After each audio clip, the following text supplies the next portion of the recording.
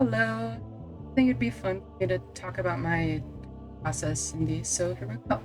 Uh, I I really love the Miitopia streams, and the one with the fight with DK Mona Lisa was so funny that I was really inspired to draw it when it came out. And I love these little guys, but I don't end up drawing much of their designs because it just essentially became a pose study for the Family Guy death pose. Just their designs are so cute, and Todd's little trans hat is adorable. But pretty soon, here she comes, the Congo Lisa. I just sketch it right now, but I paint it in a minute. Got a little sultry look going on. I make little notes to myself every so often. It helps to like remind myself if I come back to it the next day or even just like a bit later what I was planning on doing, what I was doing in the moment. And now we get to set the cuties on fire. Yay! So yeah, I tried doing a little pattern for the background wall, but I decided to leave that for later.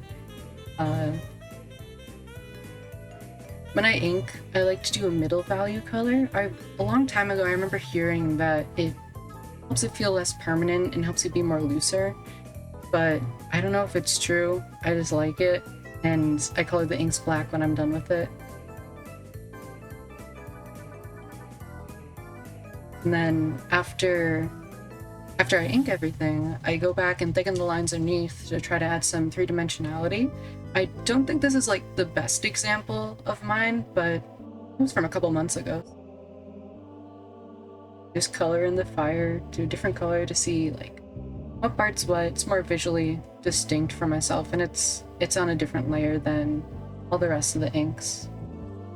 Now it's painting time. I don't have much experience with digital painting or traditional painting either, but I got DK staring at me and I got Mona Lisa staring at me. So I block in the background and color picking from the original, and then go to a different layer to flatten the Congo Lisa. I've done some lineless work before, but it's really interesting working all on one layer. I'm not used to it at all. Like, even though I used, I think, 3 or 4 different layers for the like different aspects of it, it was interesting using, instead of like erasing, it was mostly just coloring over with the other color. But I add a little bit of color differentiation under the chin just so that I can tell where her jaw is. But I'm trying to be mostly just get the shapes in. Trying to make it so that since I'm using like a mainly transparent brush, making sure that you can't see the color through. Next, I clean up the edges of the painting to fit the frame, and then I start putting in some shadows. Just kind of getting the general vibe of what I want it to be. I'm not going into a ton of detail in the clothing folds. I need some practice with that. But the patching on the front of the shirt isn't super detailed, but I feel like it reads as folds pretty well. Then I also add some color variation to DK's skin. Again, just mostly color picking from my reference. And I end up fiddling with DK's hair and ears for a while, trying to get the shaping right, because he's got a very three-dimensional face, and this was with his pre-Bonanza design, because Bonanza hadn't been released yet. But he's very weirdly three-dimensional. It seems like it's just like, oh, it's just a brow ridge, but it extends out from his hair, and it goes over his eyes. Not when he's making this look, but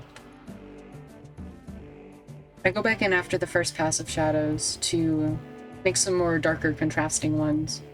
I noticed that the trees in the background were looking a little scribbly, so I color over them and reshape them while I add some detail to the sky with, like, I don't know if they're clouds or just like the fading colors in the atmosphere, but it's really nice. I really like the green sky.